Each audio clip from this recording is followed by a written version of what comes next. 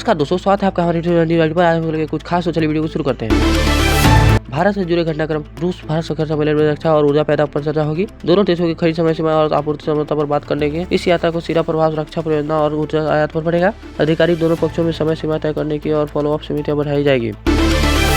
दिल्ली में कुछ मॉनिटरिंग स्टेशनों पर वायु गुणवत्ता और बहुत खराब स्तर पर पहुंच गई। लोगों को मास्क पहनने और बच्चों को तथा बुजुर्गों को घर के अंदर रहने की सलाह दी गई है। स्कूल और अस्पतालों को अतिरिक्त तैयार रहने की कहा गया। अल्पकालिक उपायों के समय सीमा दिवाली प्रदूषण पर नियंत्रण योजना पर चर्चा चल रही है।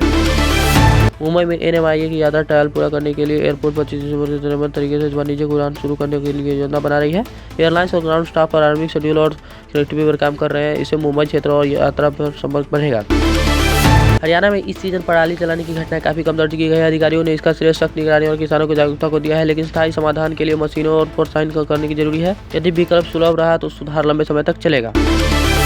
उत्तर प्रदेश सरकार ने शिक्षा, पेंशन और सहायता योजना का विस्तार करने की घोषणा की है। जिला स्तर पर लागू करने के लिए समय सीमा और लाभार्थी की सूची तैयार की जा रही है। डिजिटल डिलीवरी और शिकायत निवारण प्रणाली भी विकसित की जा रही है। की मानसिक समीक्षा होगी।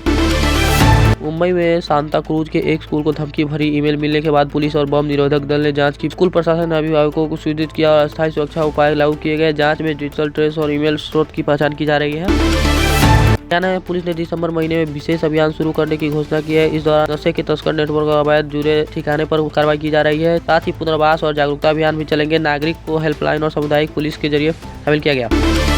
उत्तर प्रदेश में STF और साइबर सेल ने एक संगठित फ्रॉड गिरोह की गिरफ्तारी की। कई गिरफ्तारी हुई और मनी म्यूल अकाउंट फ्रीज किए गए। पुलिस सावधान की बरामदगी की और पीड़ित की सहायता पर काम कर रही है। डिजिटल जिला स्तर पर साइबर जागरूकता अभियान जारी है।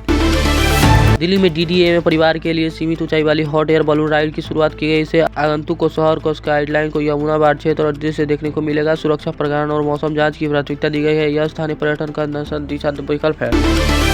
मुंबई में मेट्रो 3 नेटवर्क पर एक तकनीकी खराब आई है, जिससे कुछ ट्रेनें अस्थायी रूप से रुक गई। तकनीकी टीम के कारण यह पहचान हुई। सेवा बहाल की गई। यात्रियों को स्टेशन पर वैकल्पिक विकल्प बताया गया और परिचालक और मेंटेनेंस शेड्यूल की समीक्षा बढ़ाई।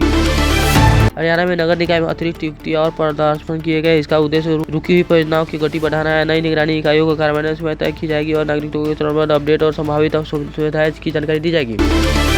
उत्तर प्रदेश में अधिक नियोक्ताओं के रात्रि पारी में महिलाओं की सुरक्षा पर चर्चा चल रही है। सुरक्षा, परिवहन, CCTV और आपातकालीन हेल्पलाइन प्रस्ताव में चर्चा शामिल है। बार दिशा निर्देश और निगरानी समिति के माध्यम से इसका पालन सुनिश्चित किया जाएगा। इससे महिलाओं कार्यान्वयन की भागीदारी को प्रोत्साहन मिलेगा।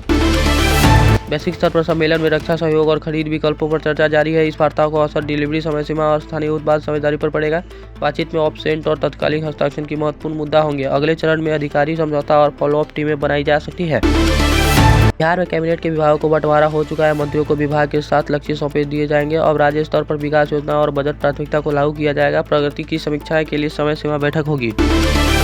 मुंबई में अब तत्कालिक टिकट बुकिंग पंजीकृत मोबाइल नंबर पर OTP सत्यापन के बाद ही होगा। यात्रियों को अपना रजिस्टर्ड मोबाइल नंबर तैयार करना होगा। इस कदम का उद्देश्य टिकट ब्लैकिंग को धोखाधड़ी कम करना है। नए सिस्टम को समझने के लिए जन जागरूकता जरूरी है। उत्तर प्रदेश में धोखाधड़ी नेटवर्क से जुड़े 2 अपराधियों को गिरफ्तार किया गया है। पुलिस बैंक लेनदेन और डिजिटल सबूतों के आधार पर धन वापस लाने के लिए कोशिश कर रही है। पीड़ित को कानूनी सहायता और नियमित अपडेट दिए जा रहे हैं। राज्य साइबर सेल के साथ समन्वय जारी है। अंतर्राष्ट्रीय स्तर पर चक्रवात के बाद भारत के श्रीलंका का जहाज और विमान के माध्यम से राहत सामग्री भेजी गई है। नौसेना और वायु समन्वय के चलते तेजी से सहायता पहुंच गई। इस क्षेत्रीय सहयोग और मानवीय सहायता को मजबूत संदेश देता है। स्थानीय टीमों और जमीनी पर सहायता कार्य में लगी हुई है। दिल्ली में हाल में अपराधों के बाद पुलिस ने नेहरू वॉच और CCTV ऑडिट की गति बढ़ा दी है। निगरानी हेल्पलाइन और त्वरित प्रक्रिया इकाई सक्रिय है। स्थानीय सुरक्षा बैठक और पुलिस जनसंपर्क को मजबूत किया जा रहा है। निवासियों से सतर्क रहने और तुरंत सूचना देने की अपील की गई। मुंबई में एक रेलवे स्टेशन पर अपहरण की कोशिश नाकाम हुई, क्योंकि स्टाफ और यात्रियों ने तुरंत कार्रवाई की। पुलिस ने संदिग्ध को गिरफ्तार कर बच्चों को सुरक्षित वापस किया। इस घटना से स्टेशन सुरक्षा और सामाजिक जागरूकता दोनों की महत्ता दिखी। अब CCTV अपग्रेड और स्टाफ ट्रेनिंग को तेज किया जा रहा है। अंतर्राष्ट्रीय स्तर पर भारत एक साथ मानवीय सहायता वैश्विक सम्मेलन और द्विपक्षीय बैठकों का प्रबंधन कर रहा है। यह दिखाता है कि भारत तत्काल सहायता करके दीर्घकालिक राजनीतिक चर्चा पर सक्रिय है। क्षेत्रीय साझेदारी और वैश्विक भागीदारी दोनों पर प्रगति में है। तो दोस्तों, ये थी आज की बड़ी और मुख्य खबरें। अगर आपको ये वीडियो पसंद है तो वीडियो को लाइक और चैनल को सब्सक्राइब करें। मिलते हैं नेक्स्ट वीडियो में। धन्यवाद।